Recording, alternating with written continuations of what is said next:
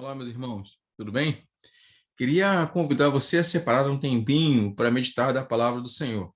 Temos a oportunidade de, logo mais à noite, estarmos reunidos na igreja, adorando o nosso Senhor, e é uma oportunidade bastante útil para o nosso crescimento espiritual. Mas se você puder separar alguns minutos na sua casa, no seu culto particular, no seu culto pessoal, eu recomendaria que você fizesse isso. Nosso texto hoje está lá em Êxodo, capítulo 21, do versículo 1 até o versículo 11. Então, Êxodo 21, do 1 até o 11. Dá uma pausa aí no vídeo, leia esse texto e depois a gente vai meditar junto nele. Moisés está recebendo as leis do Senhor, ele acabou de receber lá os 10 mandamentos e as leis que o Senhor tem a trazer para o seu povo, e Deus continua falando com ele. E agora virou uma série de leis ou de ordens, mandamentos que o Senhor vai trazer a Moisés, ensinando como o povo deve viver. Esses versículos que nós lemos, esses 11 primeiros versículos do capítulo 21, falam para nós sobre leis acerca de como eles devem tratar os escravos. Isso aqui pode nos chocar um pouco, porque nós vivemos numa cultura no Brasil onde já tivemos escravidão no passado e abolimos totalmente a escravidão. Não só no Brasil, e eu digo totalmente, eu sei que às vezes acontece em alguns lugares algum tipo de trabalhos análogo à escravidão, mas de forma oficial nós não temos mais escravos no Brasil e de forma geral no mundo. E isso era algo abominável antes. Mas o contexto aqui é completamente diferente. E eu preciso que você entenda isso. Os escravos aqui no Brasil, quando nós pensamos nisso, nós nos lembramos dos negros nas senzalas sendo açoitados, não tendo direito a comer direito, né, a se alimentar corretamente, trabalhando de sol a sol, muitas vezes adoecendo e morrendo, sendo transportados em carga, como carga de navio pelo oceano, muitos deles morrendo de doenças e fome ali. O contexto aqui é completamente diferente.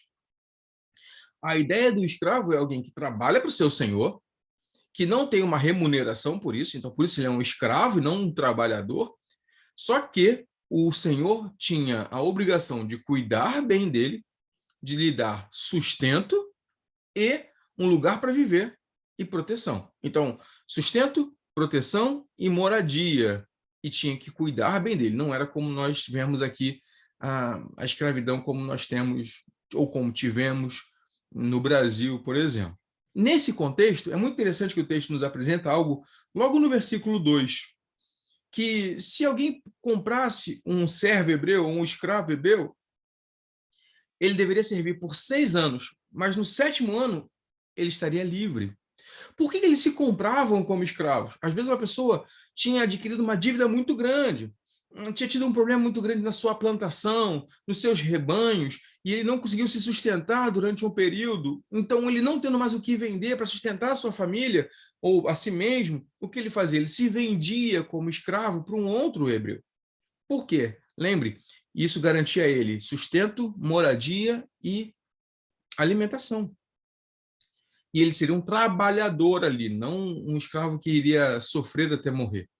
Mas o texto diz que essa escravidão ela é passageira. 6 anos ele vai servir. No 7º ano, ele está livre. 6 anos de serviço. No 7º ano, ele está livre. E ele faz aqui outras considerações acerca disso. Ele está estabelecendo os parâmetros com relação se aquele servo ele se casar com e tiver filhos, então nesse contexto de servos, né, ele pode sair, mas se for dado pelo seu senhor, ele sai sozinho. Agora, se ele quiser, por amor à sua esposa e seus filhos, dizer, não, eu quero continuar servindo aqui, então ele recebia uma marca, furava a sua orelha, ele era um servo por amor. É isso que quer dizer, ele não tinha mais o direito à liberdade, porque ele abriu mão dessa liberdade em prol de servir ao seu senhor por amor. E aqui o versículo 5 e o versículo 6 fala sobre isso, com relação ao amor à sua família que ele adquiriu ali durante o tempo em que era um escravo. Eu quero parar um pouquinho aqui, nosso tempo aqui é curto, né, para refletir sobre esse aspecto. Primeiro que o texto nos diz que essa escravidão aqui, ela é passageira. Mas o que eu quero chamar sua atenção é essa ideia de servir por amor. não por um direito, não por uma obrigação. Um dado momento, ele diz, não, eu não quero ser livre, porque eu tenho a minha esposa, tenho os meus filhos, e eu quero continuar aqui. Somos chamados a servir ao Senhor, não por obrigação, mas por amor. Somos também seus servos. Somos seus servos. Fomos libertados da escravidão do pecado, e agora somos servos de Deus, servos de Cristo. Apesar de sermos seus servos, não devemos fazer isso por obrigação ou como um peso, mas devemos servi-lo em amor. Devemos servi-lo de todo o nosso coração. Devemos ser aqueles que estão diante dele e o servem como uma forma de adoração. Seremos para sempre servos do Senhor. Para sempre servos do Senhor. Mas isso deve ser algo que não depende da nossa vontade, mas que sim, que seja pela vontade do Senhor, a partir do nosso amor. Ou seja, a vontade do Senhor se estabelece sobre nós e ele gera amor no nosso coração pelo próprio Senhor e o amamos e queremos cada vez mais servi-lo. O texto então nos fala e nos faz olhar que devemos amar a Deus sobre todas as coisas e servi-lo por amor. Mas também nos faz um alerta bastante importante sobre o amor ao nosso próximo. Não podemos usar da nossa posição ou de uma condição para poder explorar demasiadamente, para explorar e nos impor e ganharmos lucro excessivo sobre os outros. A ideia aqui é, olha, senhores de escravos, vocês não podem achar que eles pertencem a vocês. No 7º ano ele vai ser livre. Ele é um trabalhador, um servo que vai estar contigo. É o teu escravo, você pagou por isso, mas ele não é sua possessão. Ele não é um instrumento da sua mão. Você não pode tratar ele de qualquer jeito. E veja que mesmo que a gente não tenha escravidão hoje, isso nos fala um pouco sobre a nossa relação com as pessoas, a nossa relação com a justiça social, a nossa relação em como devemos cuidar uns dos outros. Quantas vezes, mesmo sem ser uma escravidão, pessoas dominam sobre outras e exploram o que é das outras.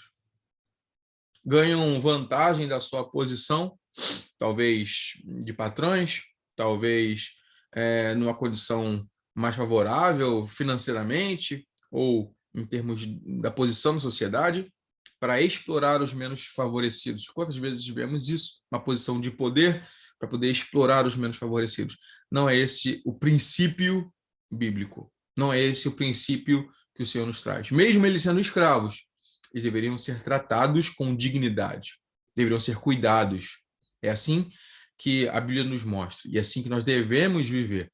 Devemos nos levantar e nos opor a todo tipo de injustiça. Devemos amar o nosso próximo como a nós mesmos. Se assim fizermos, amaremos a Deus e o serviremos por amor, e amaremos ao nosso próximo, estaremos andando num caminho de justiça. Até que, quando o Senhor Jesus voltar, aí sim ele estabelecerá o seu reino perfeito. E como diz o texto, ali habitará a justiça plena e definitiva. Enquanto esse dia não chega, caminhemos nessa direção, nos esforcemos por isso, olhemos o nosso próximo, olhemos para Deus e sigamos adiante. E que Deus nos abençoe. Amém.